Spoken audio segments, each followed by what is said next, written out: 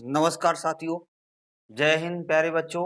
आज जो है हम चर्चा करेंगे क्लास 12 के फिजिक्स के अनसॉल्व्ड के बारे में चर्चा करने वाले हैं। जैसा कि आपका क्वेश्चन जो है स्लाइड पर आ जाएगा और जो है बहुत ही ध्यान से सारी चीजें पढ़ के जाना है। इससे रिलेटेड लगभग 8 से 10 क्वेश्चन बिल्कुल है, 100 में 100% फंसेंगे, ठीक है। बट जो है अच्छे से पढ़ाई होनी चाहिए।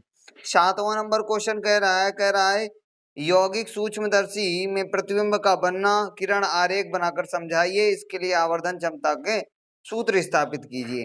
यानी आवर्धन क्षमता का हमें सूत्र स्थापित करना है। आइए थोड़ा समझ लेते हैं इसके बारे में। तो इसके बारे में क्या है, सबसे पहले संयुक्त सूक्ष्मदर्शी क्या होता है। तो सबसे पहले हमें यह समझना होगा संयुक्त सूक्ष्मदर्शी एक ऐसा यंत्र, ठीक है, एक ऐसा यंत्र जो छोटी छोटी वस्तुओं को देखने में सहायता प्रदान करता है, यानी सूक्ष्मदर्शी कहलाता है। सूक्ष्मदर्शी में छोटी छोटी वस्तुएं जो आंखों से नहीं दिखाई देती हैं उनके लिए किस प्रकार का सूक्ष्मदर्शी होता है, ठीक है। तो सूक्ष्मदर्शी यानी छोटी छोटी वस्तुओं को देखने में सहायता प्रदान करता है, पहली बात। दूसरी बात इसकी परिभाषा। तो एक ऐसा यंत्र जो छोटी छोटी वस्तुओं को देखने में सहायता प्रदान करता है संयुक्त सूक्ष्मदर्शी कहलाता है। ये बात क्लियर हुई। इसके बाद बोल रहा था किरण आरेख खींचिए। तो हमने किरण आरेख खींचने के लिए यहाँ पर दो लेंसों को रखा है, एक छोटे द्वारक का लेंस है और एक बड़े द्वारक का लेंस। अर्थात बड़े द्वारक का लेंस हमारे नेत्र के लिए होता है और छोटे द्वारक का लेंस हमारे किसके लिए होता है, वस्तु के लिए, वस्तु के पास में रखा जाता है। जैसे ब्लड सेल्स को चेक करने के लिए हम इसका उपयोग करते हैं, यानी ब्लड सेल से। तो इसमें ऐसा एक समायोजन होता है जो इस, यानी ये जो लेंस होता है जिसे नेत्रिका लेंस बोलते हैं और इस वाले लेंस को अभिनेत्र लेंस बोलते हैं। अर्थात ये वस्तु के सामने रखा जाता है और ये आंख के सामने रखा जाता है। इस स्थिति में इसको एक ऐसा समायोजन होता है जिससे इसको, इसकी दूरियों को घटाया या बढ़ाया जा सकता है। अर्थात वस्तु स्पष्ट नहीं दिखाई दे रही है या बहुत छोटी है तो इनकी दूरियों को घटाया या बढ़ाया जा सकता है, ठीक है। जैसा कि इस चित्र में देख पा रहे हो कि इनका समायोजन होता है और ये बेलनाकार पृष्ठ के अंदर होते हैं, ठीक है। बेलनाकार पृष्ठ एक कवर होता है, कवर के अंदर ये होते हैं, इनको आगे पीछे किया जा सकता है, ठीक है। अब बात करते हैं आवर्धन क्षमता। चूंकि इसमें किरण आरेख तो हम समझ में आ गया कि हम सर्वप्रथम दो लेंस लेते हैं, एक लेंस नेत्रिका लेंस तथा दूसरा अभिनेत्र लेंस लेते हैं। नेत्रिका लेंस की जो रेडियस होता है या इसकी त्रिज्या जो होती है या इसका व्यास, ऐसे साधारण शब्दों में, इसका नेत्रिका लेंस का व्यास बड़ा होता है और अभिनेत्र लेंस का व्यास छोटा होता है, ठीक है। अब देखो ध्यान देना, ये वस्तु रखी है तो ये वस्तु से चलने वाली पहली प्रकाश की किरण एफ ओ से होती हुई इधर की ओर इंटर करेगी और आंख पर पड़ेगी, तथा दूसरी प्रकाश की किरण लेंस के केंद्रीय भाग ओ से होती हुई आंख पर पड़ेगी, जिससे कि इसका जो प्रतिबिंब बनेगा वो स्पष्ट बनेगा। अर्थात इसका जो इस लेंस के लिए प्रतिबिंब जो बनेगा वो ए डैश पर बनेगा। अब ये जो प्रतिबिंब है इस लेंस के लिए वस्तु का कार्य करेगा। ये जो प्रतिबिंब है इस वस्तु के लिए, यानी इस लेंस के लिए वस्तु का कार्य करेगा, जिस कारण से इस लेंस द्वारा बना प्रतिबिंब यहाँ बहुत ही लार्ज साइज का बनेगा, यानी बहुत बड़ा बनेगा, ए डैश बी डैश पर बनेगा, ठीक है। ये बात समझ में आ गई कि नहीं आ गई, ठीक है। अब बात समझना, बिल्कुल ध्यान से बात समझना। कहने का मतलब ये है वस्तु से इस लेंस के बीच की दूरी UO है। कितनी है? UO का मतलब डिस्टेंस ऑफ ऑब्जेक्ट, UO का मतलब डिस्टेंस ऑफ ऑब्जेक्ट, ठीक है। और यहां से यहां तक की जो दूरी दी हुई है VO, कितना? Distance of image in object, यानी ऑब्जेक्टिव, इसे बोला जाता है ऑब्जेक्टिव लेंस। क्या बोला जाता है? Objective lens. इस कारण से O का यूज किया गया है। तो यहाँ पर ये बिंब बना। उसके बाद बिंब से आगे चलते हैं, यहां से यहां तक की दूरी कितनी दी है? UE, कितनी? UE, यानी डिस्टेंस ऑफ आई लेंस। क्या? Distance of eye lens. तो यहाँ E का यूज किया गया है। अब UE जो होती है वो FE के बराबर होती है। किसकी? FE के बराबर होती है। तो यहाँ पर यहां से यहां तक की दूरी कितनी दी हुई है? FE दी हुई है, ठीक है। इसके बाद दूसरी बात, जब यहाँ पर इस लेंस द्वारा यहाँ प्रतिबिंब बड़ा बना, तो जब बड़ा बना तो इस यानी प्रतिबिंब से इस लेंस तक के बीच की दूरी कितनी दी हुई है? डी दी हुई है। कितनी दी हुई है? डी दी हुई है ना।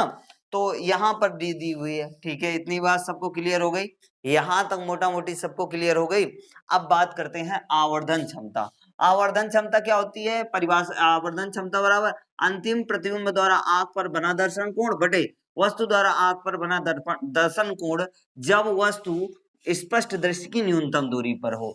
अर्थात m बराबर क्या होगा? बीटा अपान अल्फा। इसको डाल दिया समीकरण 1। वस्तु छोटी है अतः अल्फा व बीटा के मान भी छोटे होंगे।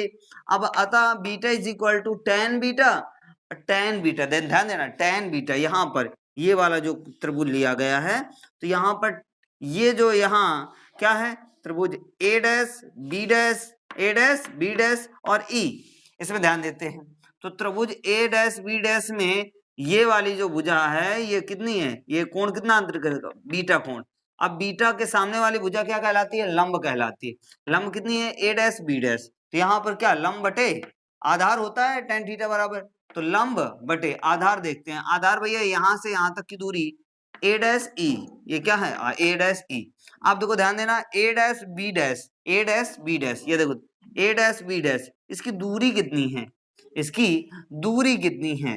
तो यहां से ध्यान देना, यहां से चूंकि ये ऑब्जेक्ट का कार्य कर रहा है, तो यहां से यहां तक की दूरी जो दी हुई है, यहां से यहां तक की दूरी कितनी दी हुई है? इस लेंस से यहां तक की दूरी कितनी दी हुई है? V naught. कितनी? V0 है। कितनी? V0। अब देखो इधर से इधर की ओर दूरियां नापते हैं तो प्लस चिन्ह के साथ ली जाती हैं, तो इस कारण से V0 जो है वो प्लस में होगी, पहली बात। दूसरी बात EA, ध्यान देना EA ये जो दूरी होगी वो कितनी होगी? UE। अब ये माइनस में नापी जाएगी क्योंकि लेंस से है इधर, तो UE क्या हो जाएगा? माइनस का UE। ठीक है, तो इसके बाद alpha is equal to ten alpha. अब देखो alpha is equal to ten alpha, तो अल्फा टेन अल्फा बराबर क्या होता है? वही लंब बटे आधार। तो लंब कितना है भैया? ध्यान देना, इस यानी ये जो बना है प्रतिबिंब, ये जो वस्तु है ये इस प्रतिबिंब के बराबर होगी। इसी से तो जो है प्रतिबिंब इतना बड़ा बना है। तो अर्थात उस कंडीशन में A double dash B double dash A dash के बराबर, ए बी के बराबर होगा। तो उस कंडीशन में ए बी को हमने यहाँ लिख दिया अपान डी, अपान डी, डी का मतलब यहाँ से यहाँ तक की दूरी।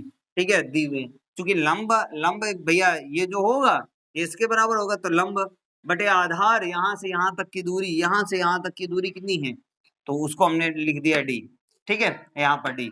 तो अब भैया देखो ध्यान देना, दोनों माइनस में लिए गए हैं।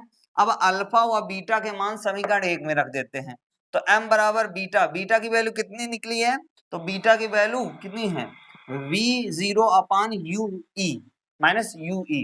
इसको हम यहाँ पुट कर देते हैं। तो हमने क्या किया? ये पुट कर दिया अपान अल्फा, अल्फा की वैल्यू कितनी है? माइनस का U0 अपान माइनस डी।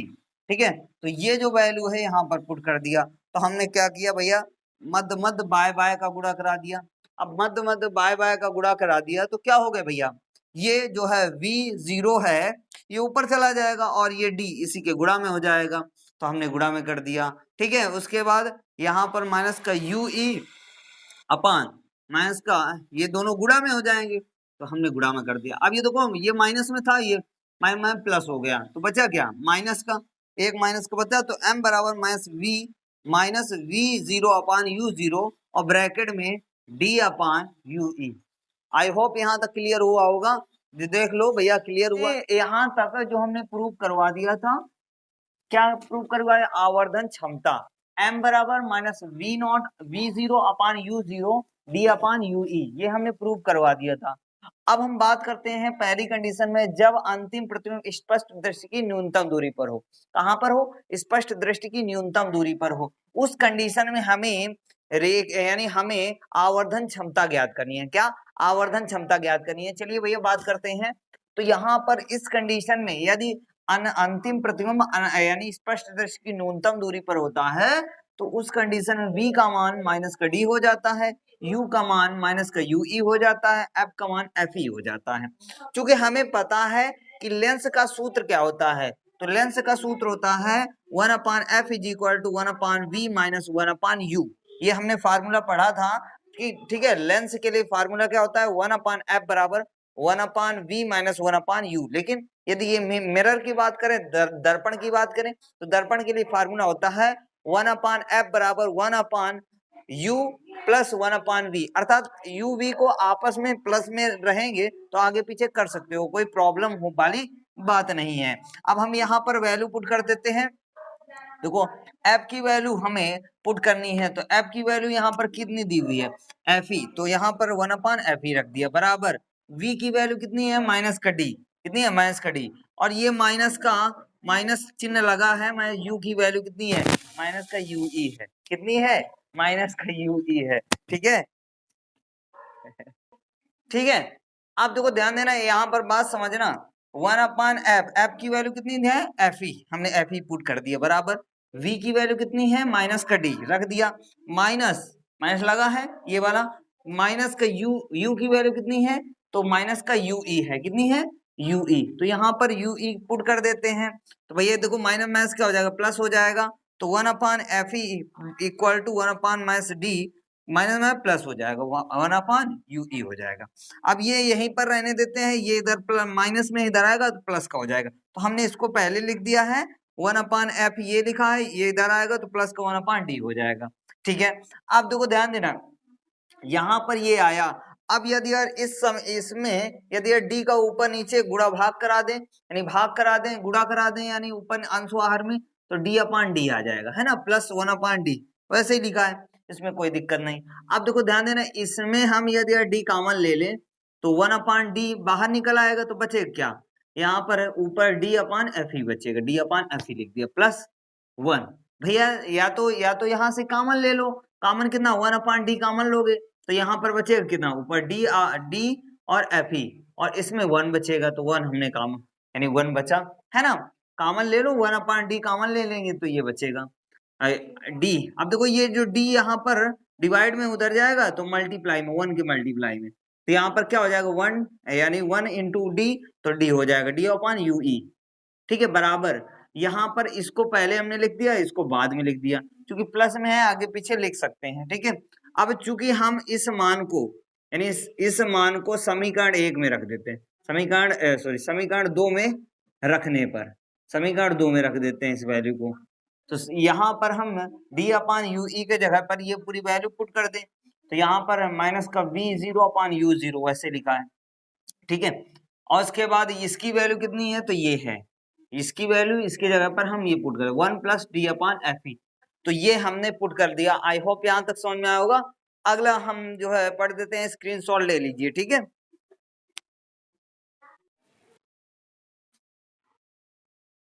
चलो भैया अगला क्वेश्चन पढ़ देते हैं। अगला क्वेश्चन क्या है, अगला क्वेश्चन 7वें का अथवा है, ठीक है, 7वें का अथवा आपकी स्लाइड पर आ जाएगा ये क्वेश्चन, ठीक है। क्या क्वेश्चन बोल रहा है, किसी परिपथ में एक प्रत्यावर्ती वोल्टेज V, समीकरण V बराबर 40 साइन 100 पाई टी, ठीक है, पाई टी वोल्ट द्वारा प्रदर्शित होता है। यहाँ t सेकेंड में समय वोल्टता t डैश V, ग्राफ उचित पैमाने पर पूरे एक चक्र के लिए बनाइए और वोल्टेज का वर्गमाद मूल मान ज्ञात कीजिए। वर्गमाद मूल मान का मतलब यानी VRMS ज्ञात करना है, वर्गमाद मूल मान हमें ज्ञात करना है, ठीक है। तो कहने का मतलब ये है, हमने यहाँ पर समीकरण लिखा है, जैसा कि वोल्टता समीकरण क्या है, तो वोल्टता समीकरण है, तो वोल्टता समीकरण जैसा कि हम जानते हैं कि वोल्टता समीकरण होता है V बराबर V not sine omega T. अब देखो ध्यान देना, V नॉट का मान कितना दिया है, V नॉट का मान 40 दिया है, कितना दिया है, 40 दिया है, और इसका मान यानी ओमेगा का मान कितना दिया है, 100 पाई, तो ओमेगा बराबर 100 पाई, क्योंकि जानते हैं ओमेगा बराबर 2 पाई एफ होता है, 2 पाई एफ, तो यहाँ पर एफ का मान निकाल लेते हैं, 2 पाई एफ बराबर 100 पाई, तो इससे पाई से पाई कैंसिल हो जाएगा, तो बचेगा क्या, 2 एफ बराबर 100 पाई, कितना बचेगा, 2 एफ बराबर 100, तो यहाँ पर 2f, जो 2f है यानी 2 है, यहाँ मल्टीप्लाई में उधर जाएगा तो डिवाइड में हो जाएगा, तो f बराबर 100 अपान 2 हो जाएगा। इसका डिवाइड कराएंगे तो कितना आएगा, इसका डिवाइड कराएंगे तो 50 आएगा, कितना आएगा, 50 आएगा। अब देखो यानी चूंकि आवर्तकाल यानी आवर्तकाल t बराबर 1 अपान f होता है, तो f की वैल्यू रखेंगे कितनी है, 50, तो 1 अपान 50, जब भाग कराएंगे तो कितना 0.02 सेकेंड, अर्थात 50 का ये डिवाइड कराएंगे 1 से, तो पहली कंडीशन में इस पॉइंट लगाएंगे, एक जीरो बढ़ेगा, एक जीरो और बढ़ाएंगे, एक जीरो और, अब कितने टाइम जाएगा, 2 टाइम पे जाएगा, अर्थात कितना आएगा 0.02 सेकेंड, कितना आएगा 0.02 सेकेंड। ये हो गया भैया। अब इसका वोल्टता का यानी हम जो है ग्राफ खींच देते हैं। तो जैसा कि हमने यहाँ एक ग्राफ खींचा है और इस ग्राफ में वोल्टेज ऊपर की ओर है और समय इधर की ओर है, ठीक है, वोल्टता ऊपर की ओर है और समय इधर की ओर है। तो यहाँ पर चूंकि यानी वोल्टेज क्या हो रहा है, पहली कंडीशन में बढ़ रहा है, यहाँ पर टॉप में यानी क्या हो रहा है, वोल्टता अधिकतम हो रहा है और उसके बाद फिर डाउन हुआ, फिर उसके बाद दूसरे श्रेणी में जैसे ही पहुंचा डाउन होके तो कितना हो गया 0.02, जैसा कि हमने आवर्तकाल जो निकाला है वो 0.02 सेकेंड निकाला है, तो यहाँ पर निकल आया। अब हमें ज्ञात क्या करना है, तो हमें ज्ञात करना है वर्गमात मूल मान, क्या वर्गमान मूल मान, तो VRMS वर्गमात मूल मान बराबर क्या होता है, तो यहाँ पर VRMS, ठीक है, VRMS का मतलब होता है वर्ग वोल्टेज का वर्गमात मूल मान, ठीक है, V बराबर तो V0 अपान √2, जैसा कि हमें पता है कि V0 का मान हमने निकाला है 40, तो यहाँ पर 40 बटे √2 है तो रख दिया। अब देखो ध्यान देना, हमें अंडर रूट हटाना है, तो अंडर रूट हटाने के लिए हम क्या करेंगे, अंश व हर में √2 का गुणा करा देते हैं, तो √2 इंटू √2, अब देखो ये √2 मिलके क्या बनेगा 2 बनेगा, ऊपर √2 रहेगा, 2 से भाग कराओ तो 20 √2 वोल्ट आ जाएगा। ठीक है, यहां तक बात समझ में आई बेटा, नोट कर लीजिए और स्क्रीनशॉट ले लीजिए। अगला क्वेश्चन पढ़ देते हैं। अगला क्वेश्चन क्या है, अगला क्वेश्चन है चुंबकत्व, 8वां नंबर क्वेश्चन है, चुंबकत्व का परमाणविक मॉडल क्या है, इसके आधार पर अनुचुंबकीय, प्रतिचुंबकीय, लौ चुंबकीय में विभेद कीजिए, प्रत्येक का एक एक उदाहरण भी दीजिए। तो भैया हम अनुचुंबकीय, प्रतिचुंबकीय और लौ चुंबकीय के बारे में आगे चर्चा करेंगे, बट सबसे पहले हम बात करते हैं चुंबकत्व का परमाणविक मॉडल क्या है, इसके बारे में हम चर्चा करते हैं। तो देखो ध्यान देना, चुंबकत्व का परमाणविक मॉडल क्या होता है, यदि किसी चुंबक को छोटे छोटे टुकड़ों में तोड़ दिया जाए, यदि किसी चुंबक को छोटे छोटे, बहुत छोटे छोटे नन्हे नन्हे नन्हे नन्हे टुकड़ों में तोड़ दिया जाए, तो नन्हे नन्हे टुकड़ों में क्या होगा, तो उसका प्रत्येक भाग एक पूर्ण चुंबक होता है। भैया यदि यार उसको तोड़ भी दोगे तब भी उसमें चुंबकत्व के गुण होंगे, अर्थात क्या होंगे, पूर्ण चुंबक होता है। ठीक है, अब देखो यहाँ तक कि प्रत्येक घूमता हुआ एक इलेक्ट्रॉन भी पूर्ण चुंबक होता है। जिस प्रकार से चुंबक को जब तोड़ेंगे तो चुंबक को तोड़ेंगे और उसको लोहे के पास में लाएंगे तो जो छोटे छोटे टुकड़े होंगे वो लोहे की ओर चिपक जाएंगे, वैसे ही परमाणु में जो इलेक्ट्रॉन होते हैं वो भी उसी भांति कार्य करते हैं। किस भांति, चुंबक यानी पूर्ण चुंबक की भांति कार्य करते हैं, जिन्हें परमाणु चुंबक कहते हैं। परमाणु चुंबक वे चुंबक होते हैं जो इलेक्ट्रॉन, अर्थात जैसे एग्जांपल देके समझाया गया है कि जैसे यदि यार हम क्या करें, जो है चुंबक को छोटे छोटे टुकड़ों में तोड़ दें और तोड़ने के बाद यदि यार किसी लोहे के टुकड़े को पास में लाएंगे तो वो उसमें चिपक जाएंगे यानी आकर्षित हो जाएंगे।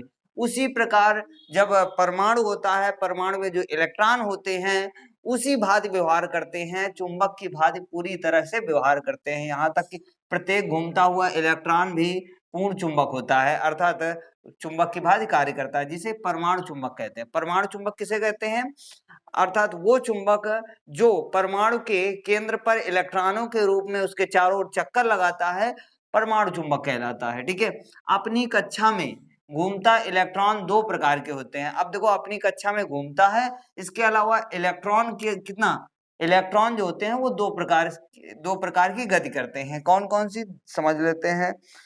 यह नाभिक के चारों ओर घूमता है, कौन, इलेक्ट्रॉन नाभिक के चारों ओर, ये जो नाभिक है नाभिक के चारों ओर चक्कर लगाता रहता है। ठीक है, जिसे परिक्रमण कहते हैं। परिक्रमण, परिभ्रमण और परिक्रमण में अंतर होता है। परिभ्रमण का मतलब, कहने का मतलब ये है परिक्रमण, क्योंकि ये इलेक्ट्रॉन इसके चारों ओर परिक्रमण कर रहे हैं, क्या कर रहे हैं, परिक्रमण कर रहे हैं। और परिभ्रमण उसे कहते हैं जैसे हम अपनी अक्षा पर, यानी जैसे हम यहाँ खड़े हैं, अब हम घूम रहे हैं, हम ही ऐसे घूम रहे हैं, ठीक है, तो इसे क्या कहेंगे, परिभ्रमण, क्या कहेंगे, परिभ्रमण, यहाँ पर परिक्रमण करते हैं, ठीक है। उसके बाद इलेक्ट्रॉन अपनी कक्षा के चारों ओर गति करते हैं, ये बात सही है, जिसे चक्रण कहते हैं। भैया इलेक्ट्रॉन जो होते हैं इसके चारों ओर यहाँ पर चक्कर लगाते हैं, नाभिक के चारों ओर चक्कर लगाते रहते हैं, जिसे चक्रण कहते हैं। अर्थात चक्रण का मतलब होता है एक चक्कर, जैसे हम यहाँ हमारा मुख इधर की ओर है, ठीक है, हम एक बार उल्टा चक्कर लगा देते हैं, ठीक है, तो यहाँ पर एक चक्रण हुआ, इसे क्या कहेंगे, चक्रण कहेंगे, ठीक है। चक्रण, जैसे हम किसी भी चीज को केंद्र मानकर, जैसे हम अपने आप को केंद्र मानकर हम जो है, जैसे ये सपोज करो इसको हम केंद्र मानकर इसके चारों ओर चक्कर लगा रहे हैं, तो एक चक्कर पूरा करने में इसमें जो समय हमारा लगेगा उसे चक्रण कहेंगे, ठीक है। तो दो ही गति में चुंबकत्व उत्पन्न हो सकता है, अर्थात दो ही कंडीशन में चुंबकत्व उत्पन्न होगा, परंतु चक्रण गति में उत्पन्न चुंबकत्व 90% परिक्रमण गति से उत्पन्न चुंबकत्व 10% की अपेक्षा बहुत अधिक होता है। अर्थात कहने का मतलब ये है, यदि यार चुंबकत्व यानी चक्रण गति में उत्पन्न चुंबकत्व 90% और परिक्रमण गति में चुंबकत्व कितना 10% की अपेक्षा अधिक होता है। यानी चुंबकत्व सबसे ज्यादा किस में होता है, यानी चक्रण में, सबसे ज्यादा चुंबकत्व किस में होता है, चक्रण में होता है। तो यहां तक क्लियर हो गया। यानी अब हम बात करते हैं यानी जो है चुंबकत्व में से लौ चुंबकी, ठीक है, उनके बारे में चर्चा करते हैं। तो भैया स्क्रीनशॉट ले लीजिए, आगे हम पढ़ते हैं कुछ, ठीक। अगला क्वेश्चन अनुचुंबकी, ठीक है, इसमें बोल रहा था अनुचुंबकी और प्रतिचुंबकी और लौ चुंबकी को उदाहरण से समझाइए, तो इसको देख लेते हैं। अनुचुंबकी पदार्थ वे पदार्थ जो चुंबकीय क्षेत्र में रखे जाने पर क्षेत्र की दिशा में थोड़ी से चुंबकित हो जाए, क्या हो जाए, थोड़े से चुंबकित हो जाए, तो उसे अनुचुंबकीय पदार्थ कहते हैं। थोड़े से चुंबकित हो जाएं, क्या इसमें भाई थोड़े से चुंबकित हो जाएं, जैसे क्रिप्टॉन, सोडियम, एल्यूमिनियम, ऑक्सीजन आदि, ये थोड़े से क्या होते हैं यार, चुंबकित हो जाते हैं। अनुचुंबकीय पदार्थ वे पदार्थ जिनको यानी चुंबकीय क्षेत्र में रखे जाने पर थोड़े से चुंबकित हो जाएं, उन्हें अनुचुंबकीय पदार्थ कहते हैं। उसके बाद बात करते हैं प्रतिचुंबकीय पदार्थ, वे पदार्थ जिनको चुंबकीय क्षेत्र की दिशा में रखे जाने पर चुंबकित हो जाते हैं, क्या चुंबकित हो जाते हैं, उसे प्रतिचुंबकीय पदार्थ कहते हैं। जैसे जस्ता, सोना, हीरा, नमक आदि, ठीक है। लौ चुंबकीय वे पदार्थ जिनको चुंबकीय क्षेत्र में रखे जाने पर, चुंबकीय क्षेत्र की दिशा में रखे जाने पर प्रबल रूप से, बहुत स्ट्रांगली क्या हो जाए, चुंबकित हो जाए, उसे लौ चुंबकीय पदार्थ कहते हैं। एग्जाम्पल की बात करें, लोहा, निकिल, कोबाल्ट आदि, ठीक है। तो यहां तक समझ में आया होगा, ठीक है। अगला क्वेश्चन पढ़ देते हैं, ठीक है, इसके बाद हम जो है अगले सेशन में करवाएंगे, ठीक है। तो अगला क्वेश्चन पढ़ देते हैं, ध्यान देना, स्क्रीनशॉट ले लीजिए भैया।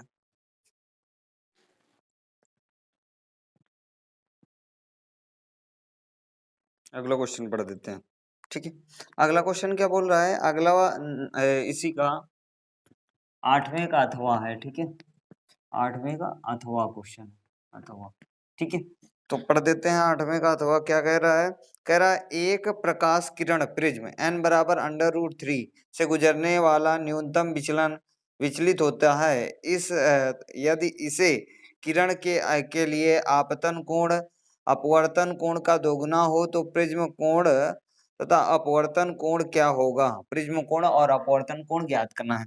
जैसा कि क्वेश्चन में n का मान दिया है √3 और i बराबर कितना दिया हुआ है, i का मान कितना दिया हुआ है, तो i का मान जो दिया हुआ है i बराबर r यानी r×2, ये समीकरण 1 दे देते हैं, इसे क्या दे देते हैं, समीकरण 1, है ना। तो समीकरण जब 1 दिया तो यहाँ पर क्या हो जाएगा, 1 हो जाएगा, है ना। तो अब देखो ध्यान देना, बात को समझना, यहाँ आपतन कोण आई क्या है, आपतन कोण अपवर्तन कोण से दोगुना है, तो हमने क्या कर दिया, आई का मान जो होगा वो आपतन कोण का दोगुना होगा, तो 2r हो जाएगा, ये कितना होता है 2r, इसको समीकरण 1 दिया। ए का मान ज्ञात करना है और आर का मान ज्ञात करना है, क्या क्या ज्ञात करना है, तो हमें यानी प्रिज्म कोण और अपवर्तन कोण ज्ञात करना है। प्रिज्म कोण को ए से प्रदर्शित करते हैं और अपवर्तन कोण को आर से और आपतन कोण को आई से। तो ये हमने यदि यार आर इक्वल टू यहाँ से निकाले तो चूंकि हमें पता है कि जो यहाँ पर जो आई है वो प्रिज्म कोण के बराबर है। किसके बराबर है? प्रिज्म कोण के। तो आई के स्थान पर ए रख दें, तो यहाँ पर जब ए रखेंगे तो 2r हो जाएगा। अब 2r हो जाएगा, यदि यार r का मान निकालना है तो r बराबर a/2 हो जाएगा। अब यदि यार यहाँ से a का मान निकालेंगे तो वही आएगा, 2r हो जाएगा। ठीक है, तो आई r के बराबर है। ये देखो, इस चूंकि हम जानते हैं कि स्नेल के नियम से, स्नेल का नियम क्या होता है? n बराबर साइन आई बटे साइन आर। तो i का मान कितना दिया हुआ है? i का मान कितना दिया हुआ है? 2r। कितना दिया? 2r रख देते हैं। i का मान i का मान कितना होगा भैया? तो यहाँ पर i का मान जैसा कि यहाँ पर दिया है a, क्या दिया है? a। तो i के स्थान पर हमें क्या रखना है? a रख दिया। r के स्थान पर जैसे कि निकाला है तो r बराबर क्या होगा? a/2। कितना निकलेगा? a/2। तो a/2 रख दिया। अब चूंकि हम जानते हैं साइन 2a का फार्मूला क्या होता है? 2 sine a cos B cos A, 2 sine A cos A. ठीक है, तो यहाँ पर रख देते हैं। तो ये जो लिखा है, यहाँ सपोज करते हैं 1 है, तो 1 होगा तो इसका, क्योंकि इसका आधा क्या होगा? 1/2। तो हमने क्या किया? इसी के से फार्मूला बनाया। क्योंकि यहाँ पर इसमें 2 लिखा है, इसमें तो 1 लिखा है। तो 1 लिखा है तो यदि यार a करना है तो a/2 लिख देते हैं। इसी का आधा क्या होता है? a/2। तो a/2 कर दिया तो क्या हो जाएगा? 2 साइन a/2 कॉस a/2। तो वो साइन a/2 से साइन a/2 कैंसिल हो जाएगा, तो बचेगा क्या? 2 साइन a/2 कॉस a/2। अब ये इधर देखो, ध्यान देना, ये इधर मल्टीप्लाई में इधर जाएगा, तो ये इधर मल्टीप्लाई में इधर जाएगा, डिवाइड में हो जाएगा। √3/2 is equal to cos a/2। अब देखो किसका मान जो है √3/2 होता है कॉस में, तो कॉस 30 अंश का मान। तो यहाँ कॉस से कॉस कैंसिल, तो a/2 इज इक्वल टू 30 अंश, तो a बराबर कितना हो जाएगा? 60। अर्थात प्रिज्म कोण हमें ज्ञात करना था, तो प्रिज्म कोण कितना निकला? 60 अंश। अब चूंकि जो हमने बताया था प्रिज्म कोण जो होगा वो आई के बराबर था, तो यहाँ पर आपतन कोण कितना होगा? 30 अंश। अब चूंकि हमें आर का मान निकालना है, तो जैसा कि हमने पढ़ा था आर बराबर a/2, पढ़ा था कि नहीं पढ़ा था? a का मान कितना है? 60/2। तो 2 का भाग कराएंगे तो कितना आ जाएगा? 30 अंश। तो यहाँ पर आई की वैल्यू 60 अंश और आर की वैल्यू 30 अंश हो गई। आई होप यहाँ तक क्लियर हुआ होगा। यदि क्लियर हुआ तो दोस्तों के साथ में शेयर कीजिए। चैनल पर नए हैं तो चैनल को सब्सक्राइब कीजिए। तब तक के लिए जय हिंद, जय भारत, और इसी तरह से पढ़ाई करते रहिए। ठीक है, अगले सेशन में हम बात करेंगे।